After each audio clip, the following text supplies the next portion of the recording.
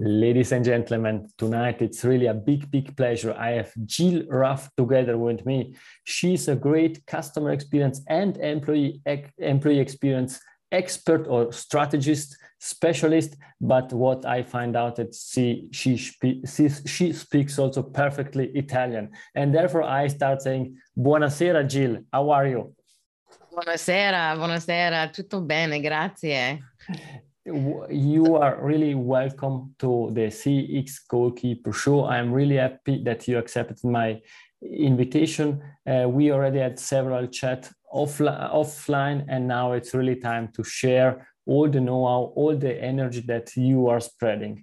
And also in the pre-discussion, we already discussed quite a lot because it's really interesting to exchange with you and get your view on different topics, but also on normal life. But for the people that don't know you, could you please introduce yourself? Of course. So I'm Jill Raff, and I'm an EX to CX expert, which means from employee experience to customer experience. I know with every bit of my being, I know from all of my 30 plus years experience that when you have outstanding employee experience, it leads you to outstanding customer experience, and vice versa. If you have bad employee experience, you're going to have bad customer experience. We can get into all those details later, but so that's who I am professionally. I live currently in Austin, Texas, and I have quite a diverse background and across many cultures, across many industries, different countries. And I use all of that, all of the strategies, the knowledge, the experience, the education that I've learned across these various markets, and really use them to cross-pollinate ideas and strategies for my clients, depending upon what their needs are. So it kind of allows me to look at what's going on with fresh eyes, fresh ears, with a unique perspective. Thank you very much, Jill. And perhaps also, could you please tell us something about your past career, what you did also in Europe?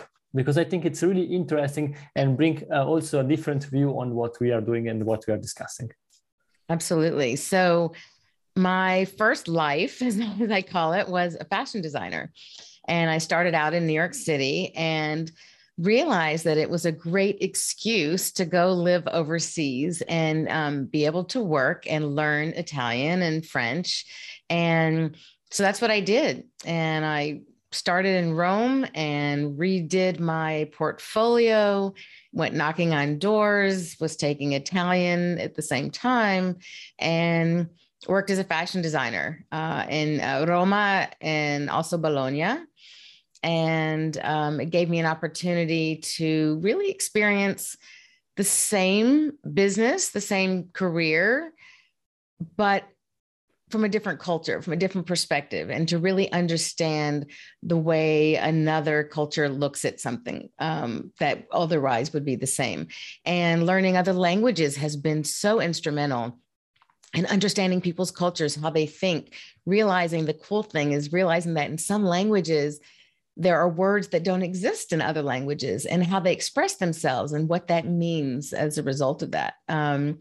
So for example, this is a little bit of a side note, but I think it's really fascinating. So there's one language where there's no word to study. In Hebrew, for example, it's lilmod, means to learn, but there's no word in English. We always say, oh, I'm studying. Well, you could study all night long. You could study the rest of your life. It doesn't mean you're necessarily learning anything, right? It's kind of like hearing and listening. And so it was interesting because their word for it, the only word, is to learn. And so there's no option to not learn and just waste your time and study. So anyway, it's those kinds of things. And living in Europe was, oh gosh, I love it so much. As you know, that totally lights me up. And I look forward and hope to do that again someday soon. And what I can only say, if people are watching the video, you are smiling, and it's really nice to see how happy you are about that. And I think it's really interesting, and also based on your past, it will be also the next question will be quite interesting for the audience. Which are the values that drives you in life? That drives my life. I think integrity is my number one value. No matter what I do, no matter who I'm doing work with, no matter who I have a personal relationship with, that integrity is the thing that needs to go through and through. It's the honesty, it's the trust. Those are all kind of subsets of integrity. It's about genuine, authentic connection. And that follows through with my brand. To me, life is about connecting with other people who are not only similar to you, but more importantly, who are different from you, that we can learn from and appreciate those differences. And so we connect on all those levels. And to me, that's something that really I find carries me through in my life. And so I really, I could think of other words, but that the integrity is the biggest one, which includes respect and trust and those things, no matter what you're doing. Thank you very much for this introduction. And I think now the game can start. We are on the employee experience pitch, and we will start the discussion about this important topic. You mentioned that at the beginning, but I would really like to understand that. Employee experience to customer experience, it's what is clearly stated on your webpage. What does it mean to you? So what it means is similar to, I probably gave away too much at the beginning, but it's really that in order to get to great customer experience, you need to start in the inside. You need to start with your employees. And when you have that experience, it's, I'm playing off of the B2B or B2C. So for me, it's the employee experience to customer experience, because they are integrated. You cannot separate one without the other. And there are professionals who are only CX professionals or only EX. But for me, you can't have one without the other. And so I think it's really important that we look at both and recognize that the connection cannot be denied. And if you want great CX, you have to really think about your EX first. What you're saying, it makes totally sense. And leveraging my soccer example, let's think about what soccer teams are doing for the players that are on the field, how much they are investing to be sure that they're healthy, that they're getting the right training, they're getting the right support from all the different levels, from the psychological, physical, and so on. And therefore, it totally makes sense, because only these super engaged teammates can then win the match. And I think that's totally makes sense. But do your customer really understand how employee experience is important? Well, I want everyone for a second to think about experiences they've had as customers. And when you walk into a store, is there an employee there to greet you? Is there an employee at the cash register when you're ready to check out? Is there an employee around when you have a question about something? And quite often, the answer to that is no. Now, I know there's a problem with staffing and all, but this isn't a current problem. This is a problem that has existed forever. And they are not having employees be trained to interact with their customers, not have it be a transaction, but to really transform transactions into interactions. It's one of my mottos. And when you connect with your customers personally that come in, then that's what makes the difference. And I think that's the really important part of that, is to really have your employees, when they are engaged, your customer's going to feel that. So yes, your customer is very much aware of it. If they get snotty attitude from an employee when they ask a question or when they're checking out, you better believe they're not coming back. And guess who's responsible for that? Your employees just lost your customers for you, because you didn't. And you can't blame you can't blame your employee. It's because you have not given them the tools that they need. Or if you have, you're not holding them accountable. And accountability is really important, but you cannot hold them accountable until you've established the expectations. I call that expectations management. And so many don't have that. And that's something that I work with companies to try to help them with their expectations management so that they can hold their people accountable. It totally makes sense, and I would have now 200,000 questions, but I respect your time, and also a soccer match. It's 90 minutes, and therefore trying to understand and researching a bit. You are speaking about the inside out methodology. Could you please share that with us? Absolutely. So it's called the inside out methodology because as I mentioned, I believe it starts in the inside. It starts with your people, with your employees. And it's a cycle, and it's a never ending cycle because it starts with actually your core values that we talked about, right? Your core value, your recruitment according to your core values.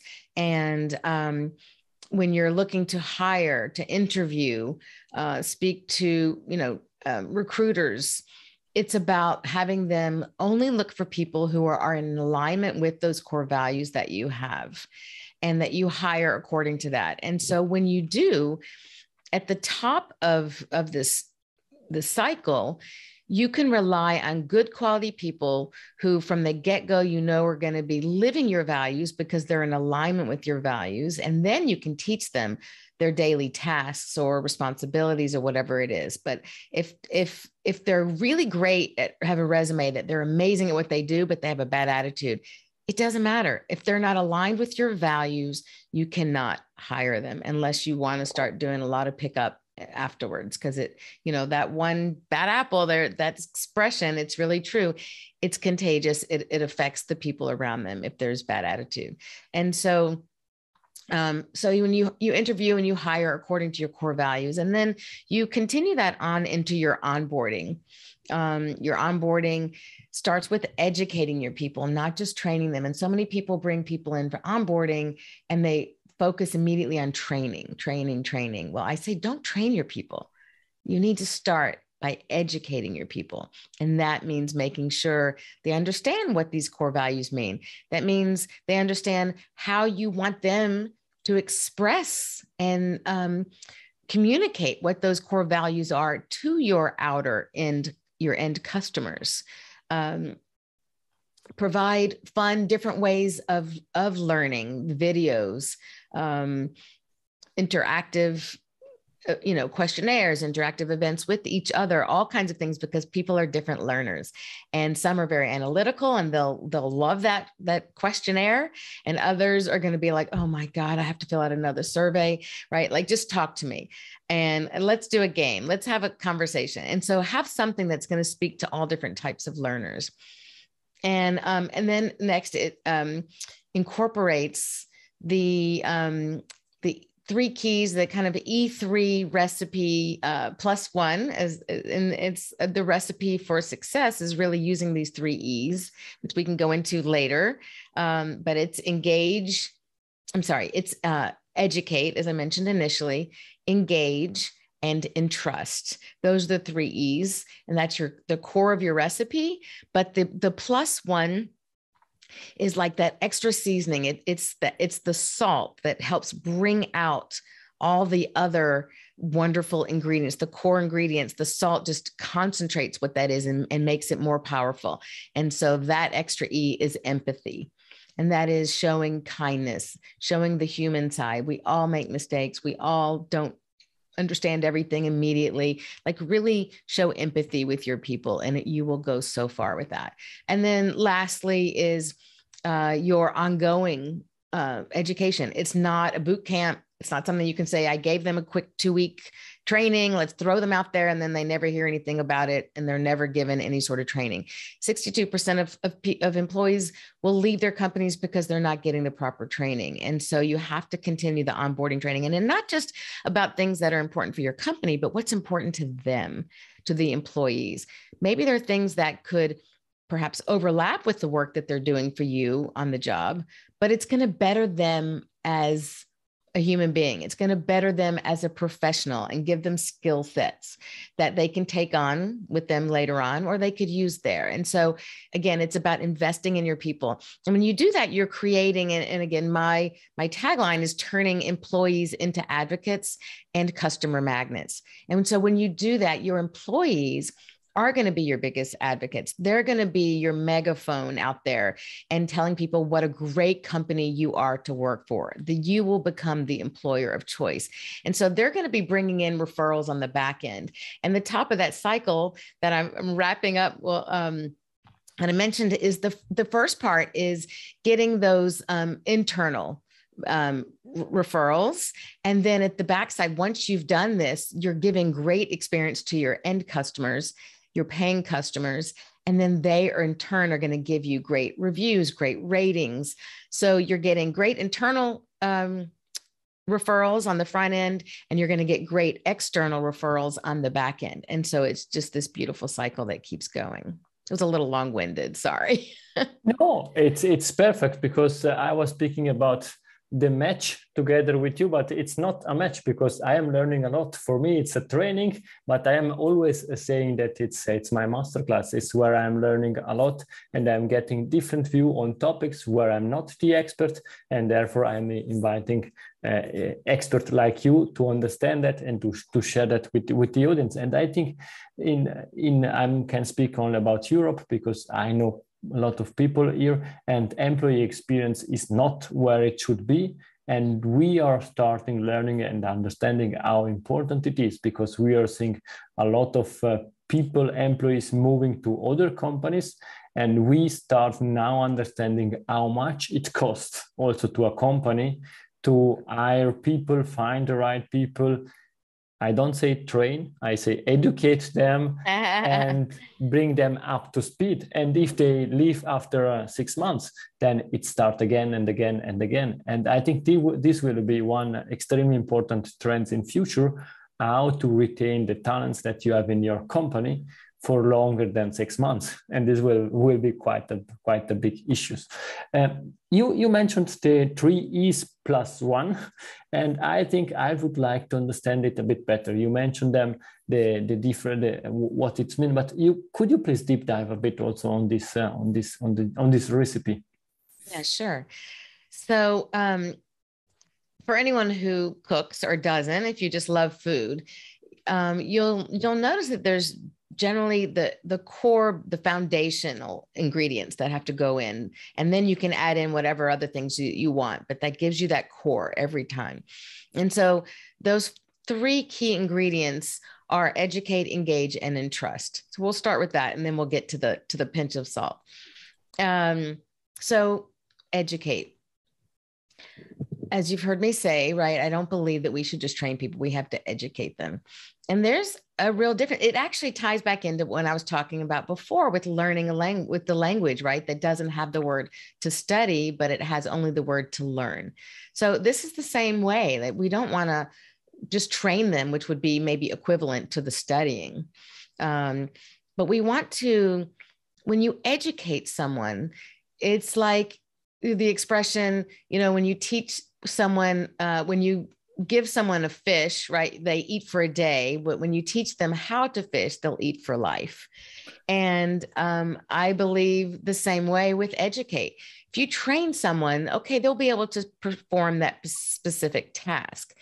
But if you educate them on the broader principles of what it is that your company's about and what you're trying to achieve and what's important, then you're providing someone with value for life, something that they can grow into, that they can understand beyond just performing a task like a monkey. No, right? Anyone can do that. And so you're educating them, you're giving them more, you're showing them that you value them more, you're showing them that you're invested in them, and you're educating them on who you are as a company, what your brand promise is, what your culture is, what are your core values. And so that just goes deeper. It's a whole other level from training. So that's educate. You have to do that from the beginning, I believe. And we work with companies to help them create an educational manual. So again, the difference, everyone has their training manual. Well, I believe that you must first have an educational manual, and they work together. Just like EX and CX are together, well, these two are as well. And so you first need to, in your onboarding, part of your hiring, when you bring people in, you're onboarding, the first thing you should do before you get to your training manual is really go through the educational manual with them. So that's educate. And each one builds on its own, on itself. The next one. So the next one is engage. So that now you've got people who are all on the same playing field, and they know what their goal is, and they know that they're a part of the same team. They're all teammates now. And what do we have to do? We have to play together well. We have to engage with each other. We have to have management and coaches, leaders there shoulder to shoulder, not telling us what to do, but showing us how to do it. And never be a leader and expect someone to do something that you're not willing to do yourself. And so when you engage with them side by side, then you're going to get a very different result than if you hand them a manual or you send instructions and tell them, this is what we want you to do, or this is, even how to do it. Let them think, let them problem solve on your own. Let them come up with ideas that you didn't think about. Like really listen, ask for and hear and listen to ideas that everyone's coming up with, regardless of the position, whether they're the janitor or the dishwasher, it doesn't matter, right? Everyone adds value and will broaden the value of your company. So that's educate. And that's engage. Next is entrust. So once you've properly educated and engaged with your people, now you can entrust them. And that is the core value of any relationship, is strong trust. And when you do that, you relinquish so many hours and responsibilities as a leader to your team, to your staff, because now you can trust that they're going to do what's right for the company, because they're an alignment. They've bought in, you've invested in them. You know that, yes, we all make mistakes, but let them go do what we've trained them to do, what we've educated them, right? And so now you have time free to go do something else. Maybe even get some time off, like everyone works like crazy. And so when you can trust that, you really trust them to be independent thinkers and represent your company as it should be. So those are the three key, really important ingredients. And when I mentioned about the +1, it really is that seasoning that's so important, that brings out all those three, because it's about the human behavior, the human element, and that has to do with empathy. And when you have empathy, it means you're stepping in their shoes. It means you're stepping in, really understanding how they feel, not sympathizing, but really understand where they're coming from. And so when you do that and you see people, you have the kindness there, you have the caring, the compassion. And that's something that at the end of the day, when you pair it with those other three, you've got a total winning recipe. Or a winning team. and a winning team. Exactly. Absolutely. Now, it totally makes sense. And you shared with us only two framework, the inside out methodology, and now this E3+1. But with your words, how do you define a great employee experience? I think a great employee experience is one where you have shown respect for all the people that are there, where you are showing them appreciation and acknowledgement. You're involving them. You're listening to what they're saying. You're implementing ideas from what they have. And when all of these things happen, then you can count on your employees to feel like they're part of something that matters, that they can have a difference, and that they're not a cog in the wheel, and they're not transactional, that they are there and they're important and they're responsible for the success or failure of your company. When you give them that kind of responsibility, it's like child rearing. Children will rise to the occasion when you say, I believe you can do this. Show me what you can do. They're going to. And it's the same thing with employees. If you say, I know you got this. We've educated you. We've engaged with you side by side. We've seen you do it. We know what you're doing and we trust you. Now you've got this. We trust that you're going to do it. And so when you do that, you really see your people fly. And when they do, they're going to feel good about what they do. They're not going to be looking for jobs elsewhere. That, in a nutshell, is really a great employee experience. Thank you very much. It totally makes sense. And I really like and enjoy what you are saying, because you are really focusing on the human being, because we should never forget that we are all human beings, and we are employees, and we are customer, and we are part of a family, and all these important roles that we have and we need to cover throughout our life. Now, perhaps looking forward, let's close our eyes for a few seconds and think about what are we discussing in 10 years about employee experience. Mm-hmm. I hope, I envision that we will be in a situation where it is just a given that the employees are an integral part of the system of whatever it is, that from the very beginning, they are looking for people to contribute to their business, not just perform a task, that they are looking for people to be partners in their business. And they really look at their people as partners in their success and recognize what that is. We've got a long way to go, but I think sadly, the pandemic, I think really crystallized for us and many large companies, without their people, they are nothing.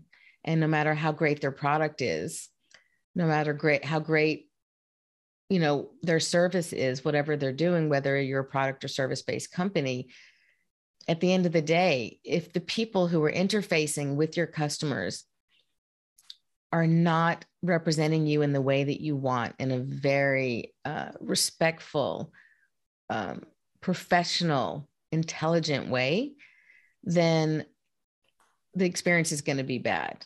And so I really hope that we come far enough in 10 years to know that, and at that point, be investing in our people right from the beginning. It totally makes sense. And I really think that what you are saying, being partner, it's the key in future. We discussed in our first chat, I think I'm quite sure you will remember that. And we spoke about the different languages, what you mentioned also at the beginning of this discussion, and the one-to-one translation in Italian of working for a company, being an employee. Often we use the word dipendente. It means I am depending from the company. And you explained perfectly that if I am depending from this company, we are not at the same level. And therefore it totally makes sense. And I hope that we will change also this strange word to be partner and not being dependent from a company. Yes, that's a very astute point. Absolutely. That says it all right there, doesn't it? Exactly. Yes, it's totally makes sense. And we are also coming to an end from this match. But before you leave, I would like to learn a bit more about you and to ask you 3 additional questions. And the first one is, perhaps could you share your contact details if somebody would like to speak with you, to chat with you? Absolutely. You can reach me directly. Just my name, Jill, Jill, at jillraff.com.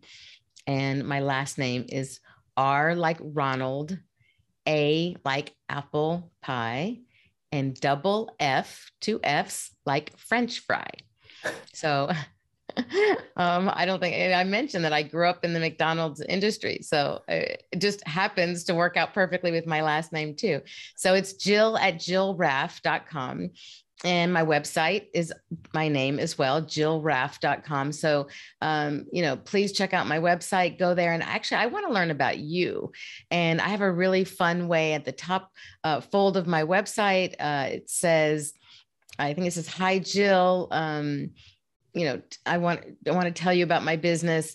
And there's a button at the top, click that. And there's a really fun interactive way that you can do that with me. So reach out to me in either of those 2 ways.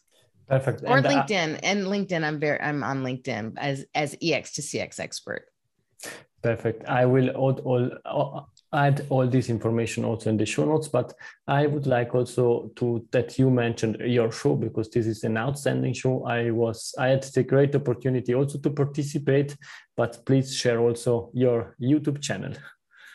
Oh yeah. So, unfortunately right now I don't have a vanity name for my YouTube channel, but you can find it under Jill Raff. I think you can just find it under Jill Raff. And my show that I host is called Celebrity Customer Experience. So if you put in Jill Raff and Celebrity Customer Experience, you can find it on the YouTube channel. It also airs to LinkedIn and my Facebook page, which are both under EX to CX Expert. But if you Google that, I'm sure that would come up as well. Thank you for mentioning that. Thank you, Jill. Is there perhaps a book that you would like to share with the audience that helped you during your career or during your life? Oh gosh, I have so many. Oh gosh.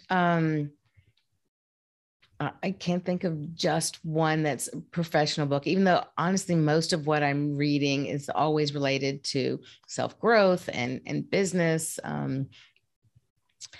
But there's one book that I always fall back to that interestingly ties into what we're talking about with language and how we speak and how we view life. And I think at the end of the day, EX, CX, business, all of this is about human behavior and how we interact with each other and how we think, our mindsets. So actually, this might be a good one. That's not a business book, but it's called The Phantom Toll Booth. And it is so fun to read. It's a quick, short read. I'm sure it's in many languages, so look for it, The Phantom Toll Booth. And it really will make you think about how we express ourselves, about how we communicate, the words we use, the power they have, what we even buy into when we use certain words over others. So that's a fun one. It's probably different from anyone else who's offered book suggestions to you. Thank you very much, Jill. And we will read that. The last question is, Jill, golden nugget. It's something that we discussed or something new that you would like to leave to the audience? Yes, I think at the end of the day, it's about making those genuine connections. It's about transforming the transaction, everyday transaction, into an interaction so that you create that connection, that human to human connection, being authentic. People feel it every time, and they feel when it's inauthentic. They feel when people are fake, when they just put on a smile and they turn away from them and then suddenly the smile's gone, right? I believe for successful business, you want to create what I call a connection culture. You want to create an environment within your business where your work family feels like a family, where they feel like team members, true team members playing on that for the same goal, the same company objective, and having fun while doing it. And in order to do that, you're responsible as a business owner to provide ways and venues for them to express themselves and to share times getting to know each other, to work on projects together. And in doing so, you're going to create that genuine connection with people. And I think at the end of the day, that's where you're going to be most successful, and you're going to find the most happiness within your company. What I can say is only thank you very much, Jill. It was an outstanding discussion. And from my point of view, we went together 3-0, a great hat trick from Jill, but also to the audience. I think that's up to you to decide if we won or if we lost. What we would like is to get your feedback. If you are happy or if you are unhappy, let us know. And please connect with Jill, because you can have a great discussion. Thank you very much, Jill. Thank you so much. I absolutely would love to speak to anyone about what's going on in their business, any questions they have about anything I have. As you can tell, this stuff lights me up. I love speaking about EX to CX. So I'm happy to speak to any of your listeners, your viewers, anytime. Thank you very much. And also to the audience, I hope that you enjoyed this discussion as much as I enjoyed that. And I wish you a great evening, a great day. Thank you very much. Bye-bye. Grazie mille. Arrivederci. If you enjoyed this episode, please share the word of mouth. Subscribe it, share it. Until the next episode, please don't forget, We are not in a B2B or B2C business, we are in a human-to-human environment. Thank you!